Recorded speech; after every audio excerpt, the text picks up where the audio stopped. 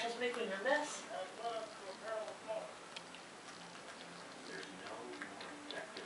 Of course, everybody wants 2 parking lots, right? I know they did actually have a bunch up for sale, but they was like they were like $10,000 something. Yeah, Michael said something like that, 10 or 15,000. Yeah, they had them up before the winter.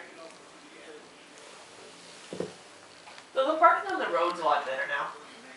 They've got sort of the actual parking now along with 48th there. As long as you get it, but who knows one day then we put meters there too, you know. For now. Let's face it, whoever is going to buy in there, majority of people have 1 car anyway, you know. Because if they can afford this, they won't be able to afford 2nd car. You and Michael were exceptional, you know.